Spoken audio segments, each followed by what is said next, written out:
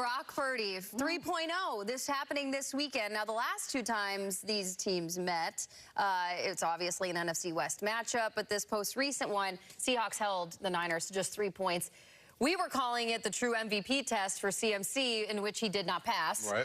But now this one matters. It's the playoffs. It's to move on. They have to face each other again, once again, back in Seattle. Let's take a listen. It's one of the hardest places to play when it comes to the environment and the fans, and every down matters, and you have to be on point with everything, your communication, the operation, things like that, because it all matters, it all adds up. So but when you're on top of it and you can execute on the road, it can feel really good when you do your job at a high level. So tough place to play, but it's worth it if you're on top of your stuff. Reading through the intel on this game, Kyle, this one might interest you. Last time two backup quarterbacks played each other, proverbial backup quarterbacks, in the postseason was the 2017 NFC title game when Nick Foles and Case Keenum played each other, Vikings at Eagles, to go to the Super Bowl. Eagles obviously won that game. They went on to win the Super Bowl. But what struck me is the fact that we are still considering and categorizing Brock Purdy and Sam Darnold as two backup quarterbacks. I guess that will always define them. I know. No, I mean, it's like Purdy's already been to the Super Bowl. Yes. Sam Darnold wins 14 games back-to-back, and they're still backup. It's hard to shake that reputation, but you know how you do it? You win playoff games. And you know what's even harder to shake that reputation? When you lose playoff games. This is big time. And I like Brock Purdy. Oh, it's such a hard place to play. He doesn't go up there and lose. Like that android, Brock Purdy, doesn't go up there and make mistakes.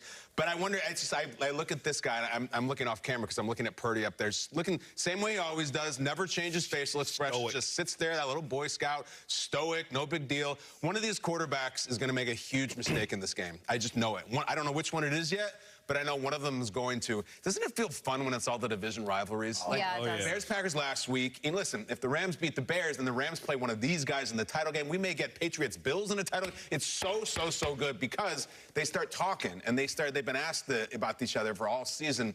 So, like the Bears-Packers, there's a little bit of like, we wanted to play this team. In fact, let's have a listen to it right now. Go ahead. For one, we get a team that we don't like. Me personally, don't like nothing about them. But, just get a chance to, go at them again. We don't do too much talking. We let our past talk, but we know what's at stake. They know what's at stake. It's about getting out there between them lines and, hitting the head on. Man on man, mano a mano. Guys, I feel like we're back. We're so back. And by we, I mean like people who play sports and don't like the other person. Yeah. It's so hot right now. I don't think Jaron Reed's exchanging jerseys after the game. No. I don't think there's going to be a bunch of selfies. Like, don't we feel like we're back, Seth? Oh, this is great. It feels so good. Thank you. It feels so good. Just inject it into my veins. Yeah, I don't like them. I love that competitive spirit, Kyle. I love it. Are we going to see that this weekend with these guys? I think so. I'm terrified for the 49ers. Oh, really? I'm terrified for the 49ers going into this game. Yeah. But I will say, in that hype piece, there's one thing that got me, like, kind of, I'm like, wait a minute. Oh, I love these things. Two things. But the main one was the shot they had of Kyle Shanahan. Okay. He's walking through the tunnel. That's a man right there. Shadows on him, hat down, and you could just feel the aura coming off. And I'm not one to use that word that much, but you could just feel it. He's got it, man. And if he can somehow will this squad to victory, this will be the crowning achievement. And he's done a lot of great things as a coach in this league. But to be able to take this 49er team, it's just beat to death. I mean, they got their heart ripped out. George Kittle last week gone for the season. Maybe some next season. I sent him a couple, broken heart emojis. I imagine he had a million texts. Did he reply? No. You know what, Seth? I texted him too, didn't reply. No, he did. You know what? Everybody's texting Kittle. He's the people's tight end. Dude, he's the people's tight end. I don't take offense. He's amazing. So, if Kyle Shanahan can manufacture even just a fight out of this squad going into Seattle.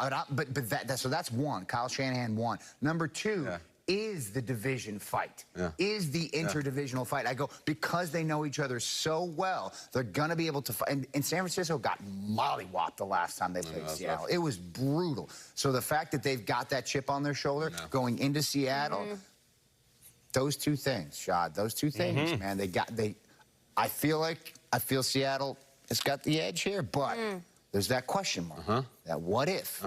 and I've got it, and I love that. And now I'm really hyped going in. Dude, this is fun for divisional rivals. Back at it again 3 times. This is kind of football that we enjoy seeing. But I tell you who I got my eyes on is the whole entire 49ers team. And let me be clear about that, because you mentioned all the injuries. You know, obviously Greenlaw left, Debo left. All the essential guys of who the 49ers are made up of, they aren't playing, a majority of them. But guess who's stepping up? Kyle Juszczyk. Yeah. Kyle Juszczyk was making back shoulder catches out there.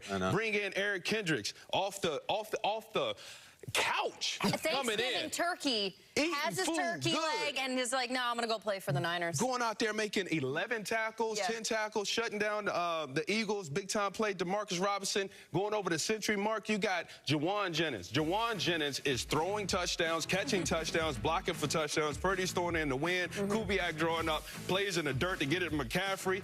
Robert Saleh's out there coaching the defense like he's auditioning for a head coaching job again. If Shanahan doesn't get Coach of the Year, I'm telling you, I don't know if it has as much salt on that reward. And Christian McCaffrey, I just want to talk about him. Top 5. Christian top 5 McCaffrey. That's what I got to call him.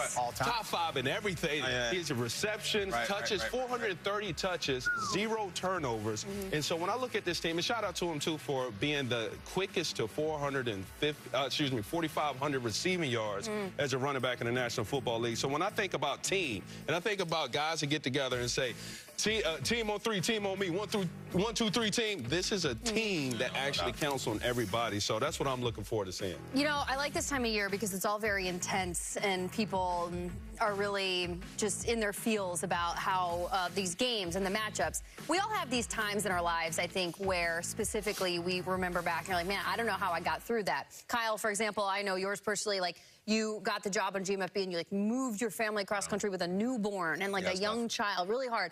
Our family moved cross country and I was like, just had my 3rd child. Like we all have these moments.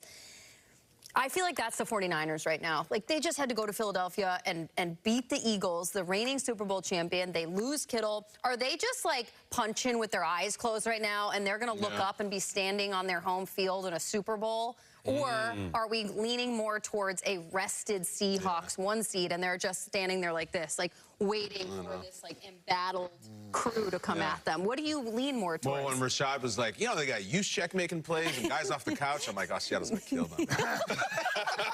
I'm like, that's great. Like, I love that. And I'm Team Juszczyk. This is a divisional round. Seattle's loaded. You know what I'm saying? Like, so it's objectively Seattle, home, healthier, rested, like all that. But it's like, how much do you buy into that heart of a champion type thing? Like, does the Cinderella story run out in Seattle? Tough place to play against a much healthier team. I have as much respect it as any other, but like, I don't necessarily want guys off the couch when I'm in the divisional round. It's nice for a week or two, but like, let's unleash the Stallions in the playoffs. You know what I mean? We got JSN. NBC's doing the Super Bowl starting lineup, and like 9 out of 11 guys are like so-and-so off the couch. Like, we don't want those guys in the Super Bowl. That's like a week 4 thing. It's great. This is the playoffs. Like, we got to have our guys. Exactly. We're going to make a pick. We got our board. We're doing this, but we're doing this next hour. Okay, we're going to wait for 49ers Seahawks to make our pick. But like we said, Seahawks been waiting around. We got more games to discuss. We have more news that we have to get through. There he is. There it is, dude. That's the shot. He looks like a Sith. That looks like he's on Monday Night Raw right there. He is coming. There is something there, man. There's something. It's an evil Jedi. Yes. I don't know where I'm going to Sith Rollins. When he raises his cap, his eyes are going to be red. Yeah, that's what I'm saying. And man.